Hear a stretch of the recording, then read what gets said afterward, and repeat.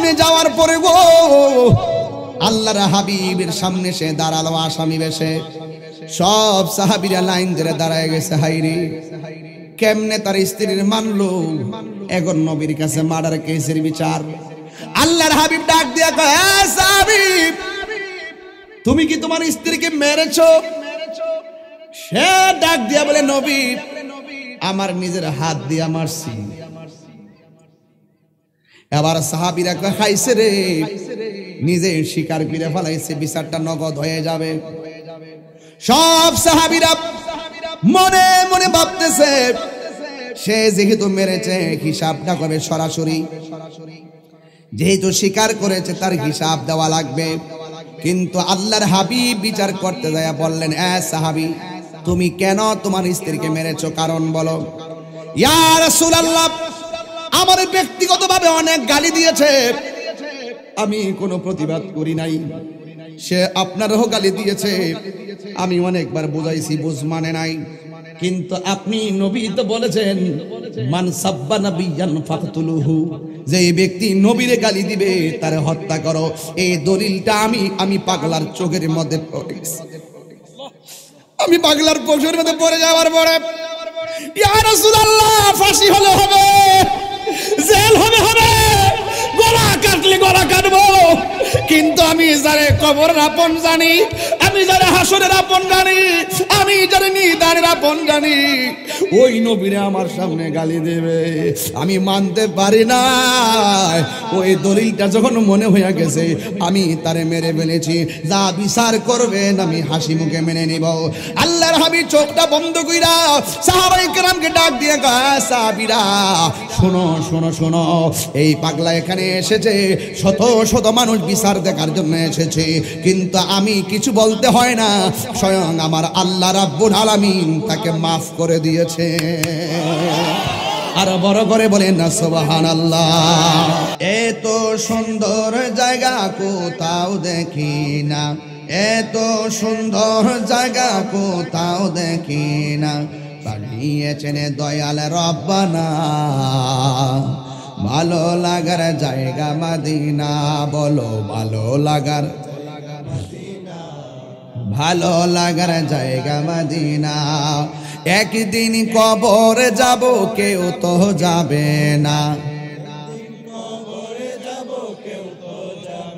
না যাবে না আমার শাহে মদিনা, ভালো লাগার জায়গা মদিনা। বলো ভালো লাগার, ভালো লাগার জায়গা মদিনা। যতই দরুদ পড়ি তৃপ্তি মিটে না, যতই দরুদ পড়ি তৃপ্তি মিটে না, সুন্নাতে অশান্তি থাকে না, সুন্নাতে অশান্তি থাকে না। ভালো লাগার জায়গা মদিনা, ভালো লাগার জায়গা মদিনা, ভালো লাগার জায়গা মদিনা। আমার জীবনে অনেক বেশি গুনাহ, আমার অনেক বেশি গুনাহ, তাই হাবিবের কদম ছাড়ব না। ভালো লাগার জায়গা মদিনা, বলো ভালো লাগার, ভালো লাগার জায়গা মদিনা। মদিনা শরীফে নূরের খাজিনা, মদিনা শরীফে নূরের খাজিনা। আশিক ছাড়া অন্য বুঝে না, বলেন আশিক ছাড়া অন্য বুঝে না। ভালো লাগার জায়গা মদিনা, ভালো লাগার জায়গা মদিনা, ভালো লাগার জায়গা মদিনা। বলো ভালো লাগার, ভালো লাগার জায়গা মদিনা।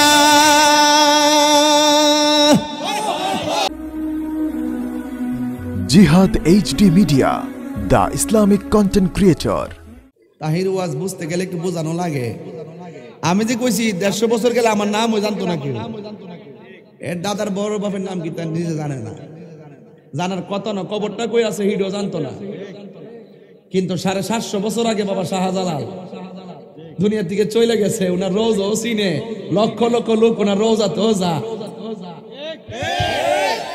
রেজবি মোল্লার দরবারে এত বছর পর রোজা, কারণটা কি?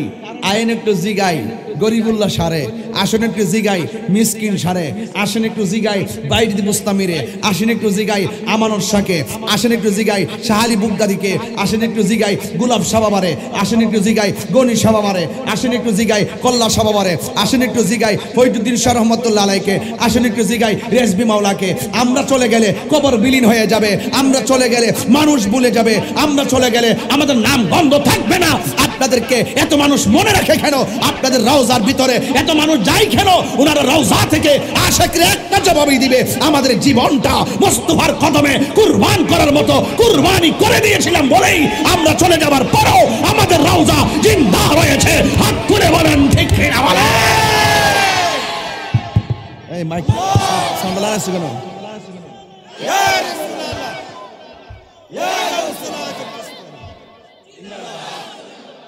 আমার যুবক ভাইরা, আমার যুবক ভাইরা, তাইলে বান্দাকে বান্দা বলে যায়, কিন্তু বন্ধু হতে পারলে শত্রু আপনাকে বলবে না।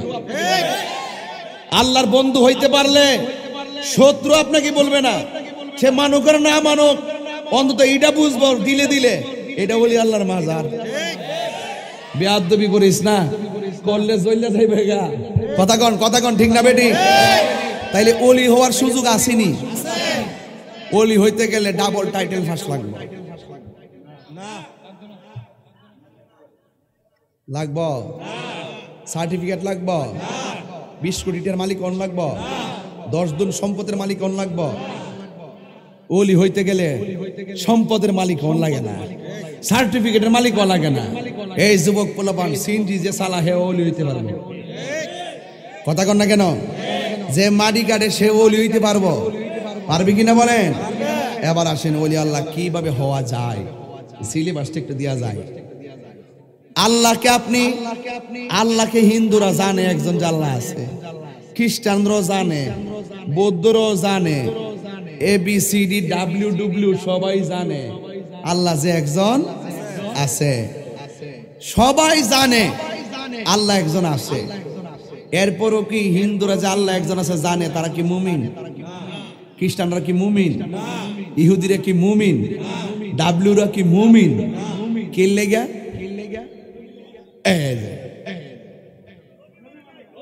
কে? আল্লাহ মানা নবী মানা নয়। হাঞ্জালা কি চলবো? শেষে শানকে হাঞ্জাবেলা চলবো? আল্লাহ মানা নবী মানা নয়, নবী মানলে আল্লাহ মানা হয়, ঠিক কিনা?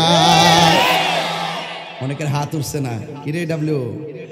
হাত সোজা করেন, হাত সোজা করেন, হাত সোজা করেন, এটা হাত লার এখন।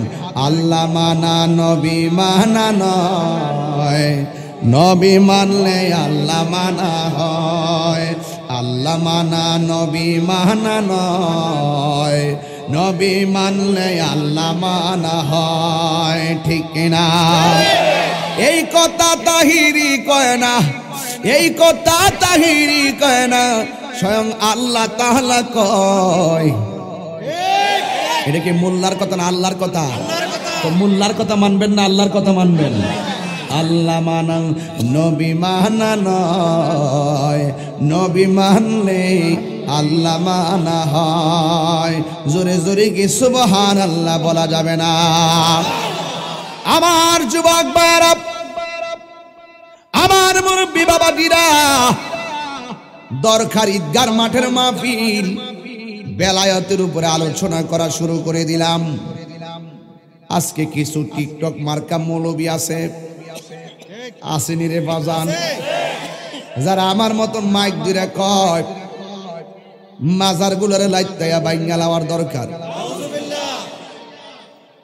আসনা আসনা বাংবা লাগা ঠেঙ্গে নালারি বাইঙ্গা বুড়ি গাঙ্গ বাসায় দিন। কথা কোন ঠিক না বেড়ে? তিতাসনি তিতাসে বাসায় দিব। হ্যাঁ যুবক ভাইরা আমার, তাহিরি বেশি কথা বলে না। যখন কেউ নবীর বিরুদ্ধে কথা বলে তাহিরি তারে জমা দিয়া কথা বলে না। যখন কেউ ওলি আল্লাহর বিরুদ্ধে কথা বলে তাহিরি তারে জমা দিয়া কথা বলে না। যখন কেউ সাহাবীর বিরুদ্ধে কথা বলে তাহিরি তারে জমা দিয়া কথা বলে না। কথা বলেন ঠিক না বেঠিক?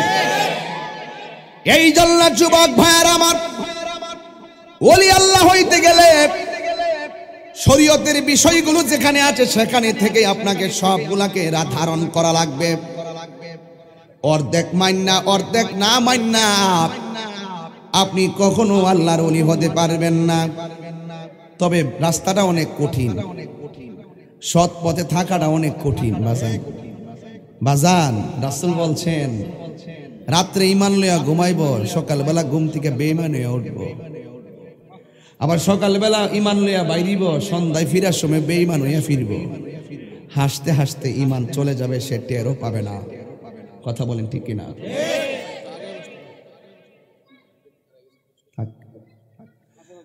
আমার যুবক ভাইয়েরা, আল্লাহ রাব্বুল আলামিন কুরআনুল কারীমের মধ্যে বলে দিয়েছেন, আমি আল্লাহ রাব্বুল আলামিন দুনিয়ার জমিনে যা সৃজন করেছি, যা দেখা যায় তা বিশ্বাস করতে হবে, আর যা দেখা যায় না তাও বিশ্বাস করা লাগবে। কি দেখা যায় না? জান্নাত দেখা যায় না, বিশ্বাস আসেনি? আল্লাযীনা ইউমিনুনা বিল গায়বি ওয়া ইউকিমুনাস সালাতা ওয়া মিম্মা রাযাকনাহুম ইউনফিকুন।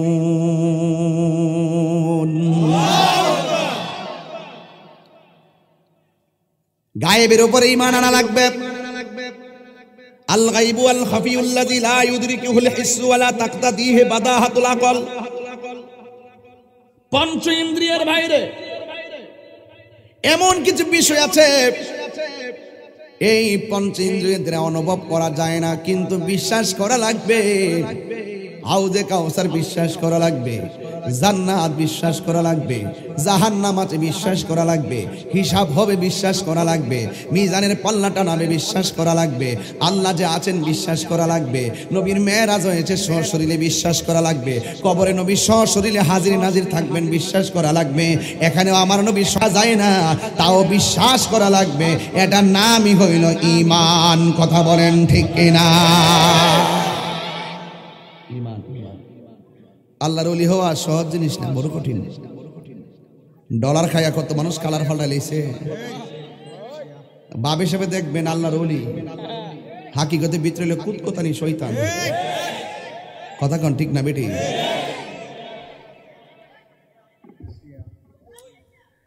হ্যাঁ যুবক ভাইরা, আমি ওয়াজ করেছিলাম যে বান্দা থেকে বন্ধু হওয়ার সুযোগ আছে।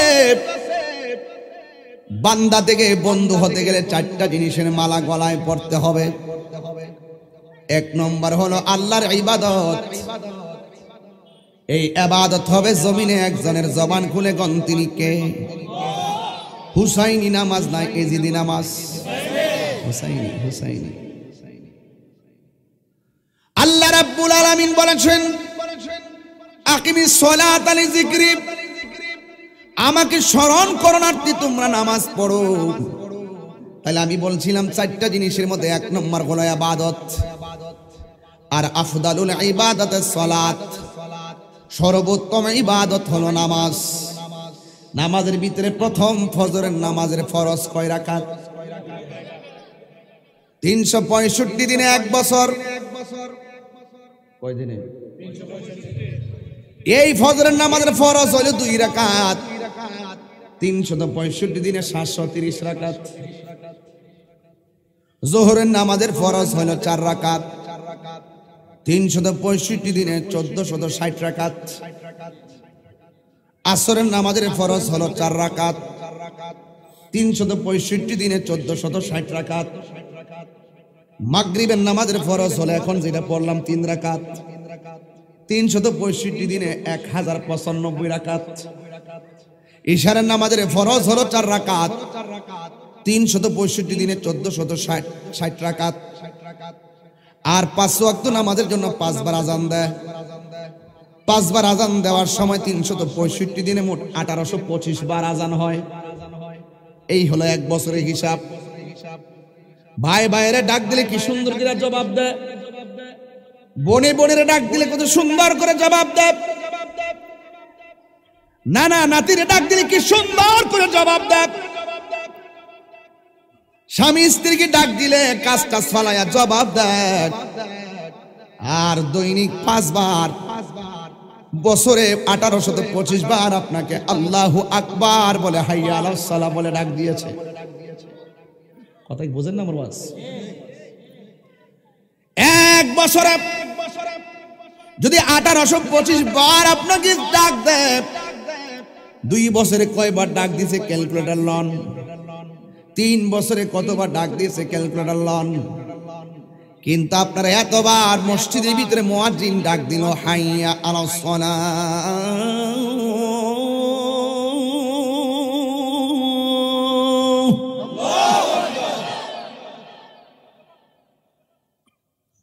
হাইয়া আলাস সালাহ,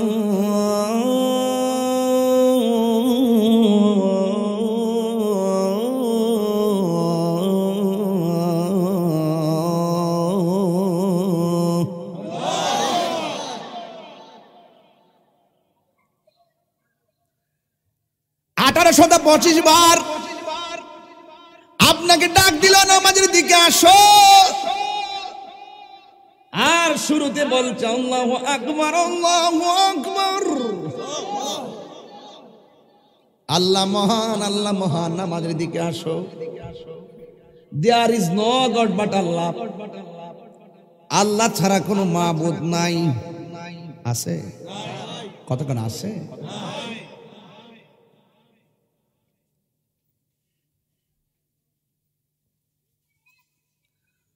ওয়াহুয়াল গাফুরুল ওয়াদুদ যুল আরশিল মাজিদ।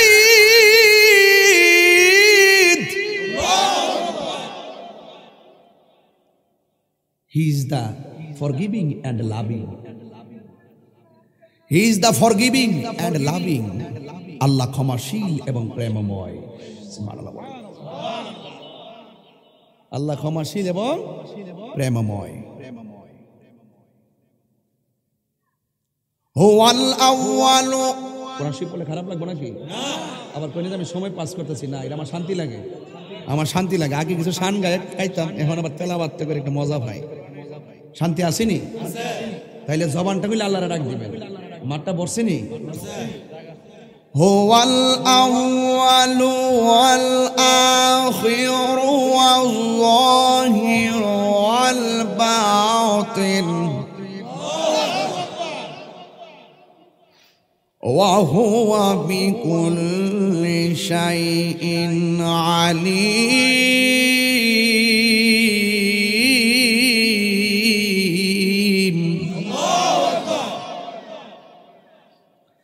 Allah is the first, last, open and secret. Allah is the first, last and open and secret. আল্লাহ প্রথম, আল্লাহ শেষ, আল্লাহ ওপেন, আল্লাহ সিক্রেট। দেখা যায়, দেখা যায় না, দেখা যায় কিভাবে? রাসূল আল্লাহকে দেখেছেন, বলুন না সুবহানাল্লাহ। রাসূল যে আল্লাহকে স্বচক্ষে দেখেছেন, বিশ্বাস আছে আপনাদের? মৌলবী যেই নবীর কাছ থেকে স্বয়ং আল্লাহই গোপন নয়, সেই নবীর কাছে কি পৃথিবীর কিছু গোপন থাকতে পারে মিয়া? তুই মৌলবী কি বুঝবি? তোর চোখের মধ্যে লাগাইছ আবু জাহিল্লার চশমা, তোর চোখের মধ্যে লাগাইছ আবু জাহিল্লার চশমা। তুই টাকা খাইয়াই মেন পেট চালাস।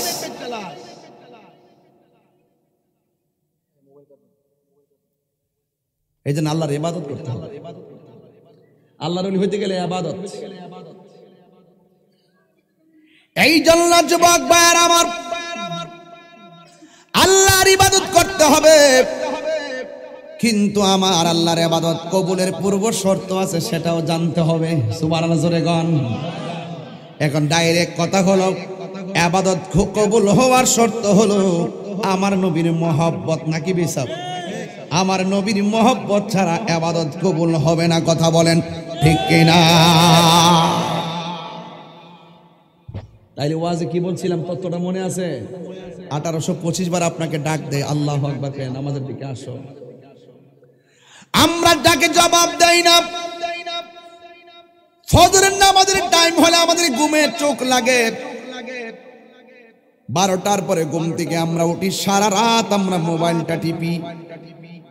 কিন্তু খবরদার, তুমি যেই টাইমে মোবাইলটা চার্জ দিয়া ঘুমাইতেছো ওই সময়ের ভিতরে ওই যে মসজিদের মুয়াজ্জিন বলেছিল, আসসালাতু খায়রুম মিনান নাওম,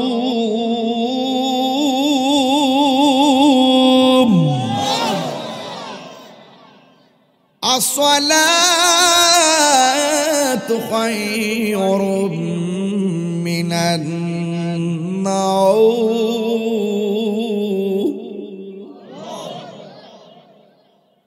মুয়াজ্জিন বলছে ঘুম থেকে নামাজ ভালো, আর শয়তান তোমাকে প্ররোচনা দিয়েছে নামাজ থেকে ঘুম ভালো। শয়তানের আঙ্গুল দিয়া মাথার চুলের মধ্যে আশ্রয় দিছে, ঘুম এসে গেছে। মাঝে মাঝে দেখা যায় জামাই লোকে বউ ঝগড়া করে, বউ লোকে জামাই ঝগড়া করে রাগ করে একজন এই বালিশে ঘুমাই থাকে, আরেকজন ওই বালিশে ঘুমাই থাকে, নামাজও পড়ে না, দিনদারিতাও নাই। আল্লাহর হাবিব বলেন, যেই নারী তার স্বামীর সঙ্গে ঝগড়া কইরা আলাদা বিছানায় সারা রাত ঘুমায় থাকবে, সারাটা রাত ফেরেশতারা তার উপরে লানত দিবে। কথা বলেন ঠিক কিনা? খুব মনোযোগ, লাইন মতো কথা চলছে। এই জন্য ইবাদত করা লাগবে। ইবাদতটা কেমন হওয়া লাগবে? লা সালাতা ইল্লা বিহুজুরিল কলব, হুজুরি কলব ছাড়া নামাজ হয় না।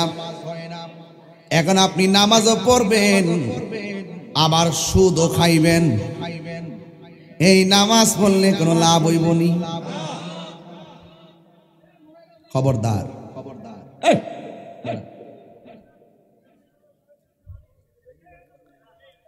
এই জন্য ইবাদত করব হালাল খাইয়া করতে হবে।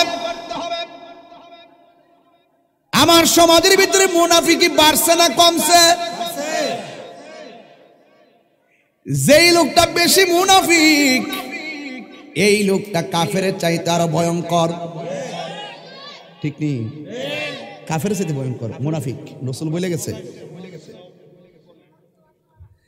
এই জন্য যুবক, সমাজের মধ্যে যারা বেশি মুনাফিকি করে দেখবেন এর আবার সমাজের ভিতরে সাধু বাবা একটা, এর মতন আল্লাহর ওলি আর কেউ নাই মনে হয় যেন।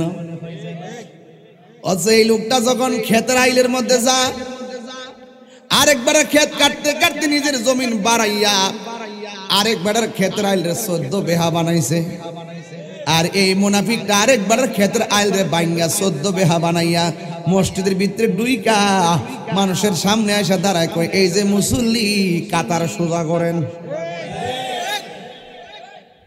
ওরে বাটফার, আরেকবার ক্ষেত কাটটা 14 বিঘা কইরা মসজিদ আয়া কয় এই যে মুসল্লি লাইন সোজা করেন। জুতাটা দাবারি মারো লাগেনি? হেলাই হেলাই কার্য নষ্ট রে। এত মনে করছে আরেকবার ক্ষেত যদি আঙ্গুল যদি কাটতেলা এক পা চাউল বাইব বেশি, এক পা চাউলের লাগে আরেকবার ক্ষেত কাটতেলা, বেহুব না? এটা কি বেহুব নাম্বার 2? তুই এক পা চাউলের লাগে অত বড় ক্ষেতের লাইল কেটে লেছে রে, আর ইন্দুর দিতে হেমাদা কাটতে হমন করে সব কাতরা ভিতরে লয়ে গেছে। কথাগণ ঠিক না বেটি? হারামের মধ্যে কি হারাম আছে? আমি একটু সাইজ করুম, পরে ও সারা করবো না, আমি একটু সাইজ করে দেওয়া যায়, নাহলে তো সমস্যা। ক্ষেত্রে লাইন ভালো করে কাটতে হেলাই কষ্ট মেরে গেলে হেলাই হেলাই কার্য নষ্ট রে, পুরুষ নষ্ট হাটে খারাপ রাস্তায় গাড়ি নষ্ট, নারী নষ্ট ফুসকুনির খোলা ঘাটে রে হেলাই হেলাই কার্য নষ্ট রে অন্ত ফিল্টারের সামরা দিক কেন বিয়া করে আগে যখন মুরব্বীরা বিয়া মেয়ে দেখতে গেছে বাজার আগে দেখছে ফুসকুনিটা কোন জায়গার বাথরুমটা কোন জায়গার গোসলখানাটা কোন জায়গার যে এই বাড়ির বাথরুমটার পরিবেশ সুন্দর কই এই বাড়িতে মায়া বিয়া দন যা হ্যাঁ এই জন্য ফুসকুনির পার মায়ারা গোসল করলে সুবিধা হয় না হেলাই হেলাই কার্য নষ্ট রে পুরুষ নষ্ট হাটে খারাপ রাস্তায় গাড়ি নষ্ট নারী নষ্ট খোলা ঘাটে রে হেলাই হেলাই কার্য নষ্ট রে 500 রোটে পয়সা নষ্ট যুবক নষ্ট মদে কুসমাজে গেরাম নষ্ট কাদক নষ্ট সুদে 500 রোটে পয়সা নষ্ট যুবক নষ্ট মদে কুসমাজে গেরাম নষ্ট খাদক নষ্ট সুদে টাউনে গুইরা ছাত্র নষ্ট কীটে নষ্ট ফুল অতি মায়াই বধূ নষ্ট ধুলাই নষ্ট চুল রে হেলাই হেলাই কার্য নষ্ট রে পুরুষ নষ্ট হাটে খারাপ রাস্তায় গাড়ি নষ্ট নারী নষ্ট খোলা ঘাটে রে হেলাই হেলাই কার্য নষ্ট রে ঠিক কিনা রে বাবা এই জন্য আমার যুবক ইবাদত করবেন করার মতো করা লাগবে তাইলে জবানটা খুলে কোন ইবাদত হবে কার আমার আল্লাহ বলে দিয়েছেন ওয়ামা খালাকুতুল জিন্না ওয়াল ইনসা ইল্লা লিয়াবুদুন আল্লাহ রাব্বুল আলামিন কুরআনুল কারীমের মধ্যে বলেছেন আমি মানুষ এবং জিন জাতি সৃষ্টি করেছি একমাত্র আমি আল্লাহর গোলামি করার জন্য ও যুবকের দল গোলামি করবেন কিন্তু হারাম খাওয়া যাবে না হারাম খাইয়া শরীরে রক্ত বানাইয়া এই হাত তুললে আল্লাহর কাছে ডাকলে কোনো লাভ হবে না এই জন্য যুবক কেন নবী মানতে হবে আল্লাহর পক্ষ থেকে আমার নবী কোরআন এনেছেন কোরআন এই কোরআনের ভিতরে আমার আল্লাহ বলে দিয়েছেন মা আতাকুমুর রাসূল ফাখুযুহু ওয়া মা নাহাকুম আনহু ফান্তাহু আল্লাহর পক্ষ থেকে আমার নবী যা কিছু কল্যাণ করে নিয়ে এসেছেন সেইগুলোকে গ্রহণ করা লাগবে আর যা থেকে নিষেধ করেছেন তা থেকে দূরে থাকা লাগবে এখন আল্লাহর ওলিরা আমার নবীর বেঁধে দেওয়া আল্লাহর পক্ষ থেকে নবীর বেঁধে দেওয়া এই দুইটা জিনিস গলার মালা বানাইছে 1 নম্বর হারাম খাওয়া যাবে না 2 নম্বর হালাল ছাড়া যাবে না চিৎকার মেরে কি আল্লাহু আকবার বলা যাবে না আল্লাহর ওলিরা নবীর জানের চাইতে আর বেশি ভালোবেসেছেন আল্লাহ ইউ আউলা বিল মুমিনিনা মিন আনফুসিহিম আল্লাহর ওলিরা জানতেন আমার নবী হলো জানের চাইতে আরো নিকট হাজির তাই তো এক অন্ধ সাহাবী তার স্ত্রী ছিল 2টা সন্তান ছিল কয়টা 2টা সন্তান ছিল অন্ধ সাহাবী 2টা সন্তান তার মায়ের ভক্ত ছিল এই জন্য স্ত্রীটা অন্ধ সাহাবীরে যতই জ্বালাইতো কিন্তু স্ত্রীকে স্বামী কিছুই বলতেন না দুর্বলতা হলো একটা আমি তো চোখে দেখি না আমার স্ত্রী তো চোখে দেখে সন্তানগুলো যেহেতু তার মায়ের পাগল সে আমার যতই কষ্ট দেখ না কেন আমার কোনো অসুবিধা নাই একটা কথা মনে রাখবেন পুরুষ কিন্তু হাজার কষ্ট করে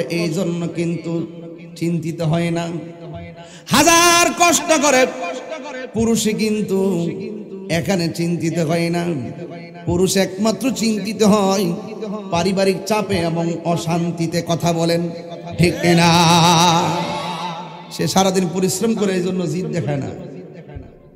পুরুষ বস্তা টানে, পুরুষ বস্তা টানে, পুরুষে বদলি দেয়, পুরুষে ট্রাক চালায়, সারা রাত ট্রাক চালায় না ঘুমায়া। পুরুষ সারা রাত আরামের ঘুম হারাম করে ফেলে পরিবারের মুখে হাসি ফোটানোর জন্য। পুরুষ বিদেশে নিজের জানকে জান বলেন, আমি কাতার গিয়ে দেখে এসেছি। ওরা পরিবারের মুখে হাসি ফোটানোর জন্য নিজের চ্যালেঞ্জ করে তারা কাজ করে। পুরুষ সারাদিন সিএনজি চালায়। তুমি কি দেখো না সারাদিন সিএনজি চালানোর পর কোন রকম রাত্রে ভাত খাই আবার সিরিয়াল ধরার জন্য গ্যাসের জন্য চলে যায়, সারা রাত ঘুমায় না। 100-200 সিএনজির পরে তার সিরিয়াল থাকে, সারা রাত বসে থাকে। শীতের দিন আরামের ঘুম হারাম করে ফেলে। পুরুষ এত পরিশ্রম করার পরেও পুরুষের মন ভাঙ্গে না। পুরুষ হাজার পরিশ্রম করতে প্রস্তুত, কিন্তু পুরুষের মন কখন ভেঙে যায় যাকে জানেন? হাজার কষ্ট করার পর ঘরে এসে যখন পারিবারিক চাপ আর অশান্তিতে পড়ে। কথা বলেন ঠিক কিনা?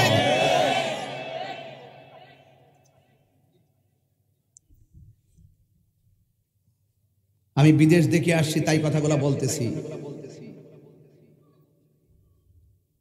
এখন স্ত্রী চোখে দেখে, স্বামী চোখে দেখে না। আমার দেশের কিছু স্ত্রী আছে দেখবেন, জামাই 12 বছর বিদেশ করছে, বিদেশ মাসে মাসে টাকা পাঠাইছে, 3 বছর পর পর আইছে, 3 মাস পরে আবার চলে গেছে, আবার 3 বছর পরে আসছে, আবার 3 মাস থেকে চলে গেছে, আবার 3 বছর পরে আসছে, আবার 3 মাস থেকে চলে গেছে। 9 বছরের ভিতরে সে দেশে সময় দিচ্ছে মাত্র 9 মাস। 9টা বছরের ভিতরে মাত্র 9টা মাস সে দেশে সময় দিল। বাকি 8 বছর 3 মাস সে তোমার মুখে হাসি ফোটানোর জন্য বিদেশে দিনকে দিন বলেন, রাতকে রাত বলেন। আমি দেখে এসেছি তারা সারাদিন ডিউটি করার পরে বাড়িতে আসার পরে কাপড়গুলো নিজে ধৌত করে। ওরা নিজের কাপড় নিজে ধৌত করে, নিজের রান্না নিজে করে। এরপরে ঘুমাইতে ঘুমাইতে মাত্র 2 ঘন্টা ঘুমাইতে পারেন, আবার গাড়ি এসে দাঁড়াই থেকে আবার ডিউটিতে চলে যায়। এইভাবে তারা জীবনটা পার করে দেয়। স্বামী যখন বিদেশ থেকে বলে যে আমি আর কত করবো, আমার তো কোমরে ধরে না, আমার তো পিঠে ধরে না, আমার তো শরীরে ধরে না, আমি চলে আসতে চাই, তখন স্ত্রী বলে দেশে এসে কি করবা? যাই হোক, তারপরও স্বামী আসে না। 13 বছরের মাথায় হঠাৎ করে সেন্টারে গিয়ে মাল ভাঙ্গা নিচে পড়ে তার কোমরটা ভেঙে গেছে। তখন স্বামী আর লড়তে পারে না, কোন রকম 1.5 মাস চিকিৎসা করছে, ভালো হয় না। তখন স্বামী দেশে চলে আসছে, আতুর হয়ে আসছে, কোমর ভেঙে আসছে।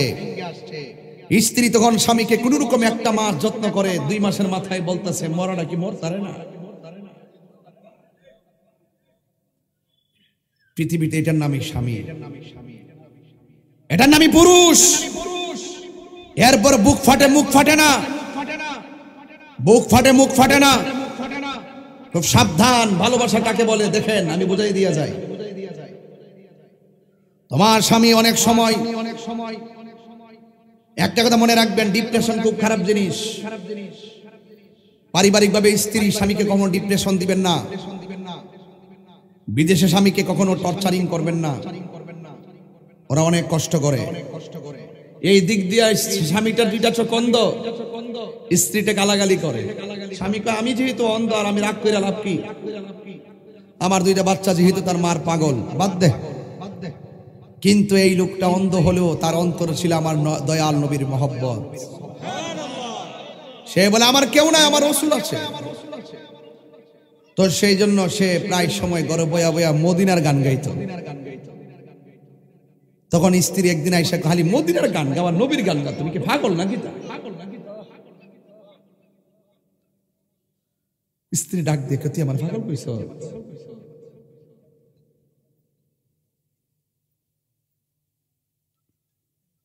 নবীর গান গাইতে আমার ধমক মারছস? তোর লোক আমি সংসার করতাম না, তোর আমি তালাক দিব। আমার নবীর শান গাওয়ার কারণে তুই আমার বিরুদ্ধে কথা বললি কেন? আর আমাকে আঘাত করে কথা বললে কেন? সাহাবীরা বলতেছেন, এই রাখো, তোমার 2টা সন্তান আছে, তুমি কিন্তু এটা নিয়ে রাগ করো না। তাদের দিকে তাকাইয়া তারা ক্ষমা করে দাও, সে আর কখনো নবীর শান গাইলে তোমাকে কিছু বলবে না। ঠিক আছে, মাফ করে দিলাম। 1 সপ্তাহ চলে গেল, একদিন রাতের বেলা চোখের পানি ফালাইয়া এই পাগলা নবী নবী বলতেছে, স্ত্রী ঘুমের ঘরে ওইটা ডাক দিয়া কয়, নবী নবী ডাকলে ঘরে ডাকা যাবে না, বাইরে যায়া ডাকো। নাউজুবিল্লাহ কেন? ভালোবাসার জায়গা মদিনা, ভালো লাগার জায়গা মদিনা, ভালো লাগার জায়গা, সাউন্ড তুলো না, ভালো লাগার জায়গা মদিনা, এত সুন্দর জায়গা কোথাও দেখি না, এত সুন্দর জায়গা কোথাও দেখি না, পাঠিয়েছেন দয়াল রব্বানা, ভালো লাগার জায়গা মদিনা, বলো ভালো লাগার, ভালো লাগার জায়গা মদিনা। একদিন কবর যাব কেউ তো যাবে না, না যাবে না আমার শাহে মদিনা, ভালো লাগার জায়গা মদিনা, বলো ভালো লাগার, ভালো লাগার জায়গা মদিনা। যতই দরুদ পড়ি তৃপ্তি মিটে না, যতই দরুদ পড়ি তৃপ্তি মিটে না, সুন্নাতে অশান্তি থাকে না, সুন্নাতে অশান্তি থাকে না, ভালো লাগার জায়গা মদিনা, ভালো লাগার জায়গা মদিনা, ভালো লাগার জায়গা মদিনা। আমার জীবনে অনেক বেশি গুনাহ, আমার অনেক বেশি গুনাহ, তাই হাবিবের কদম ছাড়ব না, ভালো লাগার জায়গা মদিনা, বলো ভালো লাগার, ভালো লাগার জায়গা মদিনা। মদিনা শরীফে নূরের খাজিনা, মদিনা শরীফে নূরের খাজিনা, আশিক ছাড়া অন্য বুঝে না, বলেন আশিক ছাড়া অন্য বুঝে না, ভালো লাগার জায়গা মদিনা, ভালো লাগার জায়গা মদিনা, ভালো লাগার জায়গা মদিনা, বলো ভালো লাগার, ভালো লাগার জায়গা মদিনা। জবানটা খুলে গন মারহাবা। আমার নবীর যে চিন্না ফালাইছে, দুনিয়াদারি কি তার ভালো লাগে? ও যুবক, এবার স্ত্রী বলেন, তুমি যদি নবীর নাম ডাকতে চাও তাইলে বাইরে যাইয়া ডাকো, ঘরে ডাকা যাবে না। এবার স্বামী ডাক দিয়ে, আর কোনো কথা নাই, তোরে আমি আমার সংসার থেকে চিরদিনের জন্য তোরে বিদায় করে দিমু। এরপর সাহাবায়ে কেরাম বললেন, পাগলা রাগ করো না, তার দ্বিতীয়বারের মতো মাফ করে দাও। কয় না না, সে আমার জানের জান, ইমানের ইমান, আমার নবীর বিরুদ্ধে কথা বলছে, আমাকে নবীর ডাক দেওয়ার চাইতে বাধা দিয়েছে, আমি তার ছেড়ে দিব। এবার বলে না না, ছাড়বা না। এবার দ্বিতীয়বারের মাথায় তারে ক্ষমা করে দিয়েছে। এবার কয়েকদিন যাইতেও পারে না, কথাই বলে না, কুত্তার লেজ কখনো সোজা হয় না। সারাদিন লেস্টারে দুইটা ইট দিয়া বান্দা ফালায় রাখবেন, সরিষার তেল দিয়া মেসেজ করবেন, 2 সপ্তাহ পরে ইট থেকে লেস্টারে সাইরা দিবেন। আবার কথা ঘন্টি কিনা, আবার বেলেট দিয়া ফাহার কাটতে লাইছে, যদি কেউ বিশ্বাস করি,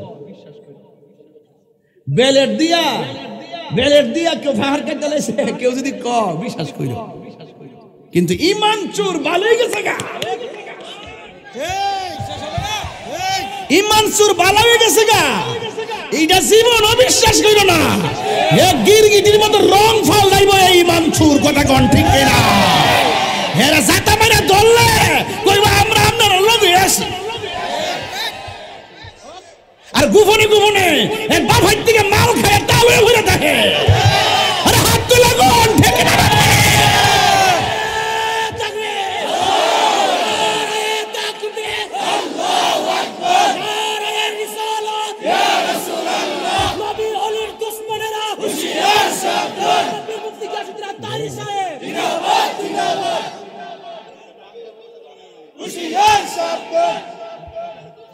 হুশিয়ার সাবধান, আমরা আছি সেখানে, আমরা আছি সেখানে, আমরা আছি সেখানে, আমরা নাই সেখানে।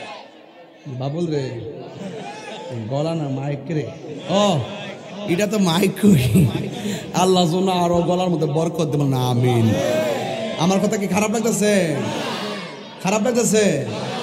ইমান সুর জুতা সুর বহুত বালা, হে নাই দিক কেন হে নিছে, নাইলে ফেটো খাওন নাই, হে এটা বেচছে খাই বিড়ি তো।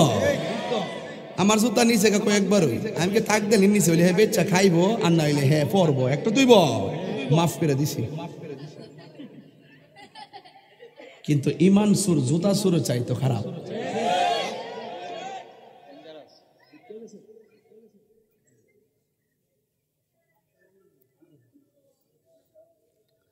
আমার যুবক ভাইরা, যেই মাত্র 3 বার মাথায় বলছে তুমি নবীর নাম নিতে পারবা না, নবীর গান গাইতে পারবা না, এবার এসে রাত্রেবেলা একটু চিন্তা করছে আমি তালাকের কথা কইলে সাহাবীরা আমার বুঝায়ালা, তাহলে সিদ্ধান্ত ফাইনাল লাগবো, সিদ্ধান্ত ফাইনাল লাগবো। হে মনে মনে ভাবতেছে যদি আমি তারে ছাইরা দেই সে তো আমার থেকে যাইব গা, যাওয়ার পর তারও বেশি করে গাইলে তাহলে ছাইরা দিয়া তো লাভ নাই। হ্যাঁ তখন আমার ঘর নষ্ট করতেছে, বাইরে তো যায় গেলে দুনিয়া নষ্ট করে লইব, তাহলে আজকে রাইতে একটা খেলা হয়ে যাবো, সাফলটা লইয়া বইতে রয়েছে, সাফল লইয়া হন্তিটা লইয়া উঠতে রয়েছে। তখন জন আলী তাই নিয়ে আইসে, ওই স্ত্রী যখন আইসে তখন তলফাট্টা পাতারে একটা গাই দিছে, সাথে সাথে স্ত্রী দুনিয়া থেকে বিদায় হয়ে গেছে। মার্ডার কেসের আসামি হলো অন্ধ সাহাবী। আর আরবের একটা প্রথা হলো খুন কা বদলা খুন, আপনি যদি কাউকে মেরে ফেলেন আপনাকেও প্রকাশ্যে গলা কেটে আলাদা করে দেওয়া হবে। এবার আমার নবীর কাছে বিচার চলে গেছে, আপনার অন্ধ সাহাবী তার স্ত্রীকে নিজের হাতে খুন করেছে। আল্লাহর হাবিব ডাক দিয়া বলে, সাহাবীরা তারে আমার দরবারে ডাকো। এবার সাহাবীরা তাকে ডেকেছেন, এই সাহাবীও ওযু টুযু করে সুন্দর করে আমার নবীর সামনে গিয়েছেন। বন্ধুরে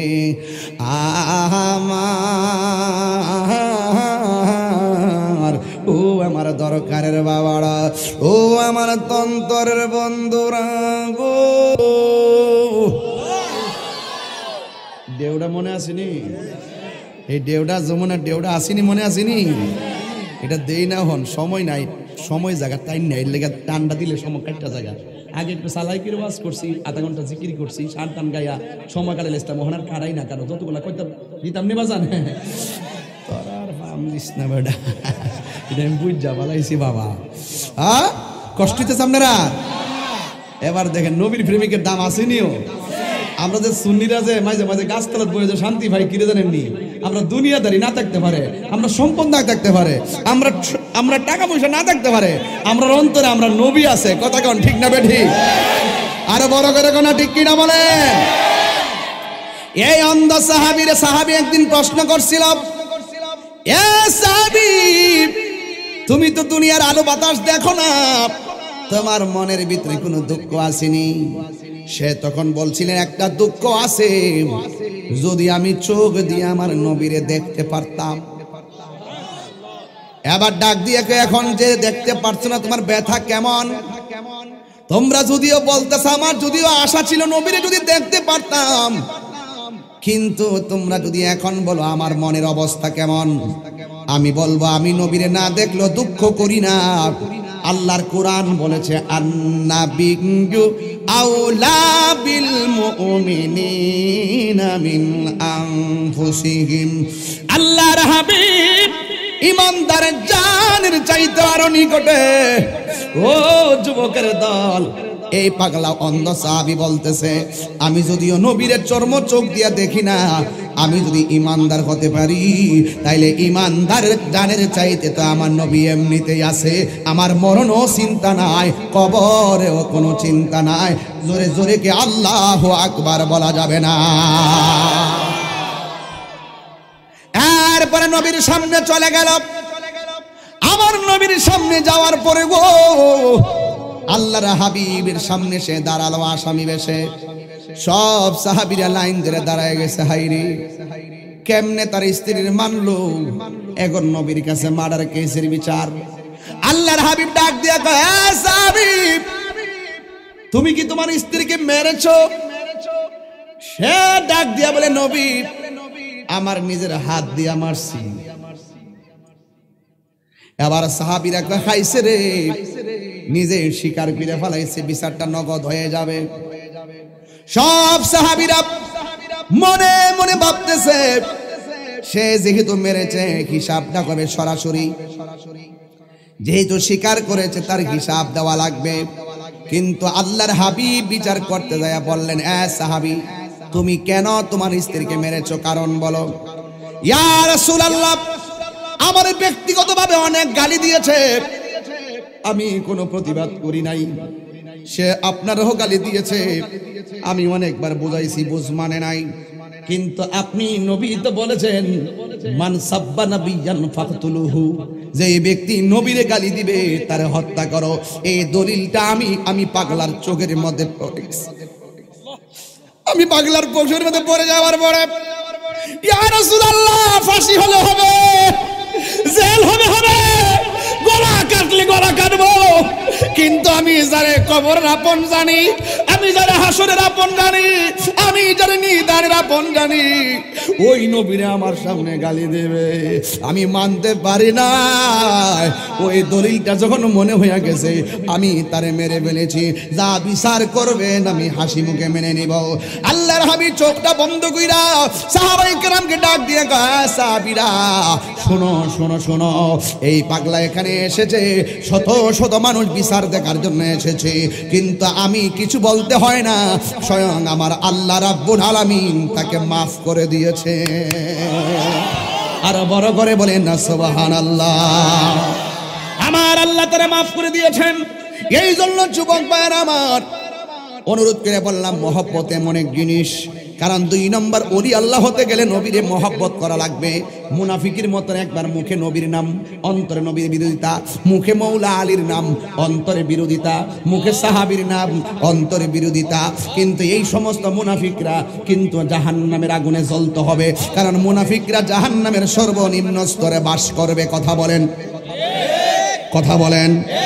এই জন্য আমার নবী, আপনার নবী রহমাতুল লিল আলামিন বলেছেন, আলা আলা ঈমানা লিমান লা মুহাব্বাত লাহু, যার অন্তরে আমি নবীর মহব্বত নাই সে কখনো ইমানদার হতে পারবে না।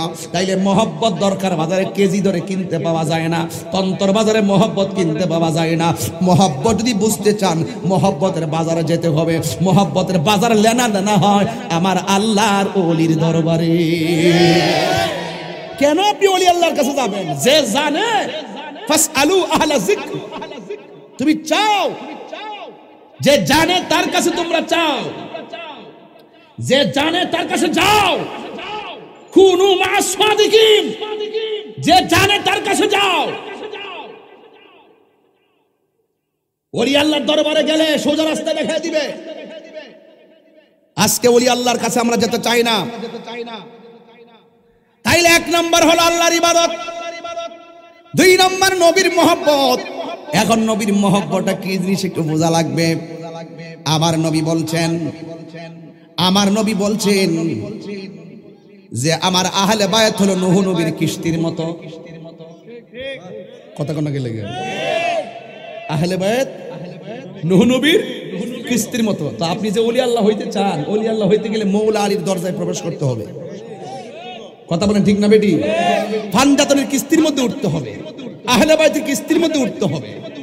আপনাকে পাঞ্জাতন মানতে হবে। আপনি যে ওলি আল্লাহ হবেন, ওলি আল্লাহ বেলায়েতটা শুরু হয়েছে কোথায় থেকে?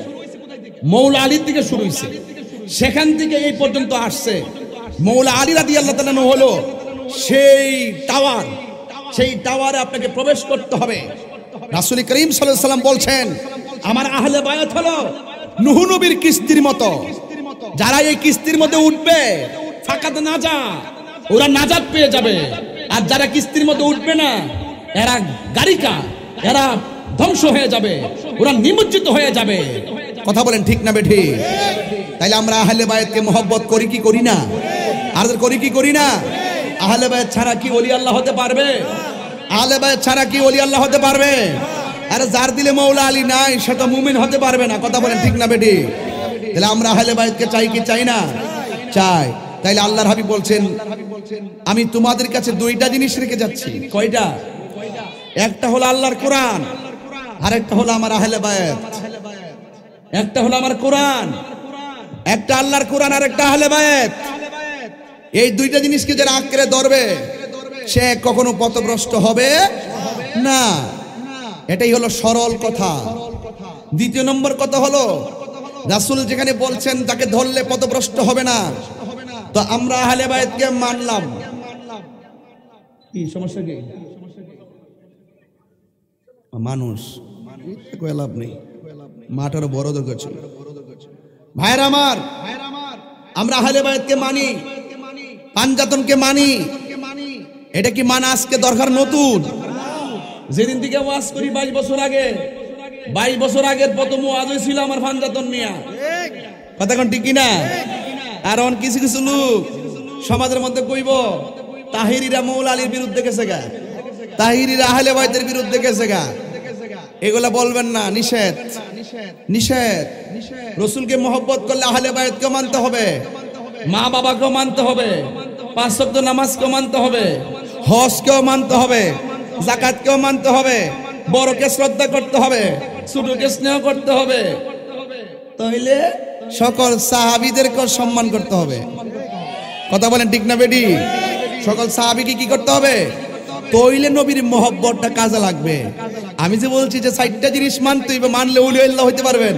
আমি তো মাত্র 2টার মধ্যে না ঢুকছি, বাকি সোহবত তো গেছি না, খেদমত আর ঢুকছি না। এটা কোয়া সম্ভব না, 4 ঘন্টা শেষ হইতো না এমন জায়গায় গিয়ে ঢুকছি। কিন্তু কথা একটাই, আমরা আহলে বায়াতকে মহব্বত করি, মানার মতোই মানি। ওরা আমাদের মাথার তাজ। কিন্তু তাই বলে কি সাহাবায়ে কেরামের বিরোধিতা করা যাবে? সাহাবায়ে কেরামের বিরোধিতা করা যাবে? আপনি এমন কিছু হাদিস আছে, হাদিস পড়লে আপনার অবস্থা,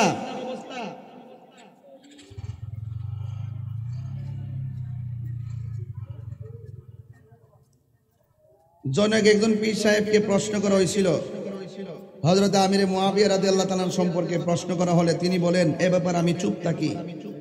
এখন আমার প্রশ্ন, একজন সাহাবী রাসূলকে সাহাবী বলবো, এখানে চুপ বা নীরব থাকার কোনো সুযোগ আছে কিনা? পীর সাহেবের কথা কতটুকু যুক্তিসঙ্গত? এটা গুরুত্বপূর্ণ প্রশ্ন করছে। এগুলো আমরা সুন্নিদের মধ্যেই দেখা দিছে। এই রোগটা ঢুকছে আমরা নিজের ঘরের ভিতরে। কথা কোন ঠিক নিও? এটা ঢুকছে কি রে? এটা ওই ডলার খায়া কালার পাল্টাইছে। কি খায়া কালার পাল্টাইছে? ডলার খায়া কালার পাল্টাইছে। যে সমস্ত আকাবেররা, এই যে আল্লামা আকবর আলী রেজভী মৌলা রাদিয়াল্লাহু তাআলা আনহু, হযরতে আপনারা ওনার মানেননি? রেজভী মৌলার মানেননি না? অর্ধেক মানেন, অর্ধেক মানেন না। আমার আম্মা কইলাম রেজভী হুজুরের মুরিদ, আপনারা জানেন নি এটা? তা আমি কেমন বিডির ফুটটা বুঝছেন না ব্যাপারটা? এটাই তো হিডা এমন হইছে গা। এই দেখেন শুনছেন, আকবর আলী রেজভী হুজুর উনি হযরত আমির মুয়াবিয়া রাদিয়াল্লাহু তাআলা আনহুকে সাহাবী মানেন। তো এই আকবর রেজভী হুজুর থেকে বড় হুজুর কেডা এই দেশ? হ্যাঁ কেডা? এটা কেডাও? যিনি প্রকাশ্য বলতেছে তিনি সাহাবী ছিলেন, হযরত আমির মুয়াবিয়া রাদিয়াল্লাহু তাআলা আনহু সাহাবী ছিলেন। আল্লামা আকবর রেজভী মৌলা রাদিয়াল্লাহু তাআলা আনহু তিনি বলতেছেন সাহাবী ছিলেন, যারা আমাদেরকে সুন্নিয়ত শিখাই গেছে। হ্যাঁ, তো আপনি কোন কত বড় হুজুর যে হুজুরের কলমের উপর আপনি কলম ধরেন? কথা কোন ঠিক না বেটি? আপনি যদি রেজভী হুজুরে না চিনেন, আপনি হুজুরের কি চিনার টাইম আমরা আছে? এই আমরা আছে? আমি রাগ করে কথা বলি না, আমি বলি নিজেদের মধ্যে কোনো অসঙ্গতি হইলে আমি ম্যানেজ করে চলি, আমি ম্যানেজ করে চলি। আমি যদি কোনোদিন সুযোগ পাই, আমার কাছে তালিকা আছে 12-14 জনের, 2-3 জনকে শেষ করছি ঝামেলা। স্টেজে বয়া বয়া জিগাইছি আপনার কিতা কইতেন চান, ডাইরেক্ট কইলেন ওইলে চলুম নাইলে চলতাম না। কথা ঠিক না বেটি? তা আমি যদি কোনোদিন বাগে ফাই তৈলে কমু, নিজেদের মধ্যে হইলে তার ঝগড়া করুন জানা বাজার ঠেলার দূরে সরে দিতে দূরে জায়গা, বুঝলেন না ব্যাপারটা? একটু আমরা মিলাই জিলাই এটা শেষ করার চিন্তা ভাবনা করুম। তবে নাম কইছে না, নাম কইলে আমার লাগে সুবিধা দিলে তইলে আমি মনে করেন যে আর একটু ভালো করে কইতাল্লাম হইলাম। কেডা না কেডা কিতা কইছে, সাহাবায়ে কেরাম রে সাহাবীকে সাহাবী বলতে হবে। সাহাবীকে সাহাবী না বললে যেন চুপ থাকেন, নীরবতা করেন, তাহলে আপনি তো মুনাফিক নাম্বার 1। এটাও হিডাও হিডাও হিডাও, তাহলে আমরা ইডাও না হিডাও না, আমরা একটা কথাগণ ঠিক না বেটি? আমরা একের ঘরে হ্যাঁ একের ঘরে আছি। হযরত আমির মুয়াবিয়া রাদিয়াল্লাহু তাআলা একজন সাহাবী ছিলেন, এটাই আহলুস সুন্নাত ওয়াল জামাতের আকীদা, কথা বলেন ঠিক কি না? সিয়াসিত্তার মধ্যে 163টা হাদিস হযরত আমির মুয়াবিয়া রাদিয়াল্লাহু তাআলা থেকে বর্ণনা করা হয়েছে। ইমাম বুখারী যাকে সাহাবী মেনে হাদিস আনে, ইমাম তিরমিজি যাকে সাহাবী জেনে হাদিস আনে, ইমাম নাসাই যাকে সাহাবী জেনে হাদিস আনে। আপনি কি সিয়াসিত্তার মুসান্নিফের উপরে বড় মুসান্নিফ হয়ে গেছেন গা? অনর্থক বিপথে পা দিয়েন না, খেদমত সবারই আছে। আমরা আপনাদের খেদমতকে মূল্যায়ন করি, কিন্তু আপনার যে কথার দ্বারা সমাজের ঈমান ধ্বংস হবে তাইলে আমরা তো আপনাকে মানতে পারি না, কথা বলেন ঠিক না বেঠে? সাহাবীকে সাহাবী মানতে হবে, এটাই ফাইনাল কথা। যারা বলে আমরা চুপ থাকি এভাবে কিছু বলি না, এটা মুনাফিক, কথা বলেন ঠিক কিনা? এরাই মূলত চুপাশিয়া। এটা কি বলে? এটা না চুপাশিয়া, চুপি চুপি বলো কেউ জেনে যাবে।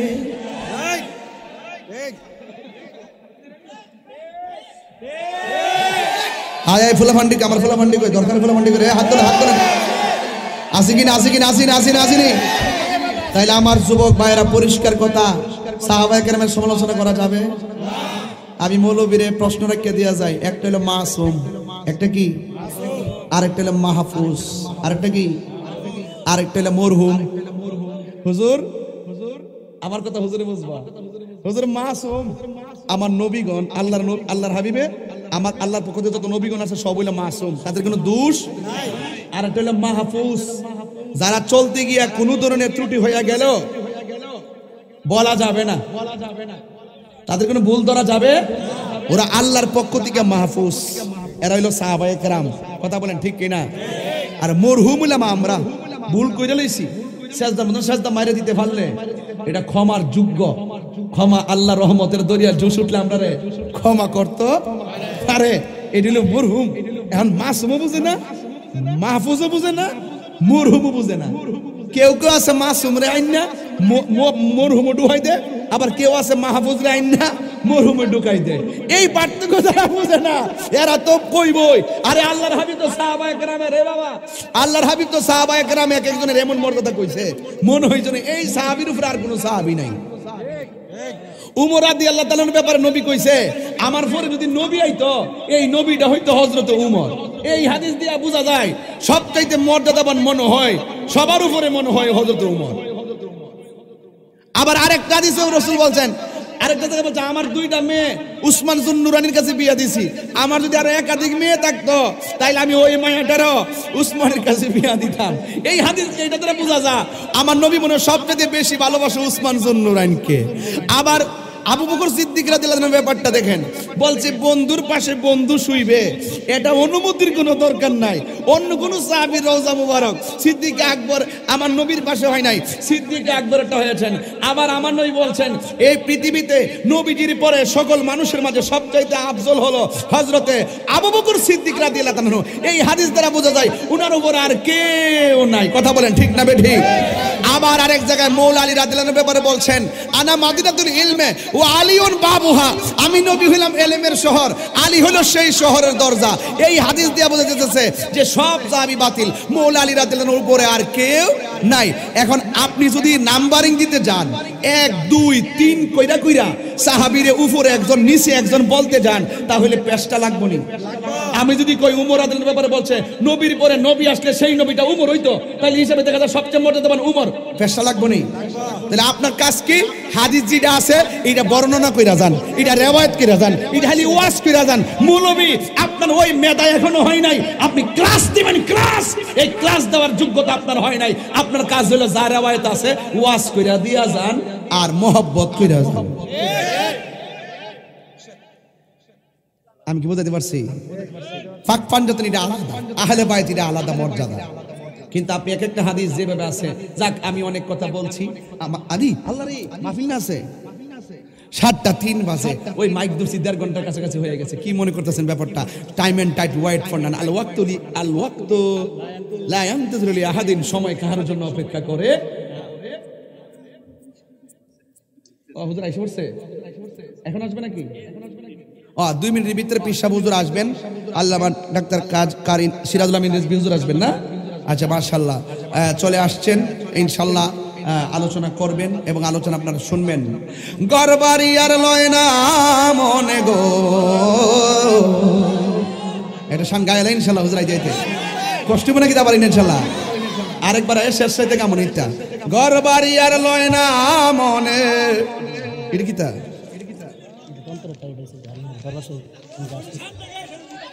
দরবারটা দিয়ে শুরু, এটা দিয়ে বড় কিরে হুন্ডে না রে বাকি আসতে। আগামী 28 জানুয়ারি হবে তন্তর, আমি আসব।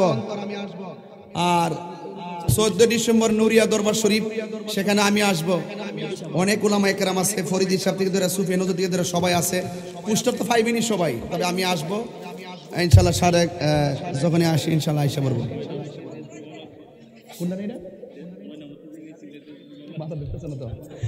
ঘর বাড়ি আর লয় না মনে গো, সাউন্ডটা মিষ্টি করে দিস না। ঘর বাড়ি আর লয় না মনে, ও গরে যে বিচার দেখা দিয়া শত জ্বালা করয় অবসান, দেখা দিয়া শত জ্বালা করয় অবসান। তুমি সারা নাই রে কেহ তাহিরির আপন, সদাই কান্দে পাগল মন। রেজবি ছাড়া নাই রে কেহ তাহিরির আপন, সদাই কান্দে পাগল মন। অন্ধ চোখের আলো তুমি গো, অন্ধ চোখের আলো তুমি, পরাণের পরাণ দেখা দিয়া শত জ্বালা করয় অবসান, দেখা দিয়া শত জ্বালা করয় অবসান। মারহাবা গান, নারে তাকবীর, নারে জোনায়েদ ভাই কিছু টিয়া দিছে, এটা ফটো থইলাই। নারে রিসালাত, নারে গাউসিয়া, মাসলাকে আলা হযরত, মাসলাকে আলা হযরত। সকলে বলে আলহামদুলিল্লাহ। রেজবি বাবার কারামতি দেখা হিন্দুগণ কত হয়েছে মুসলমান, কেল্লা বাবার কেরামতি দেখা হিন্দুগণ কত হয়েছে মুসলমান। উড়াইলা তাওহীদের নিশানো, উড়াইলা তাওহীদের নিশান। রেজবি মাওলা দেখা দিয়া শত জ্বালা করয় অবসান, দেখা দিয়া শত জ্বালা করয় অবসান। মাশাআল্লাহ।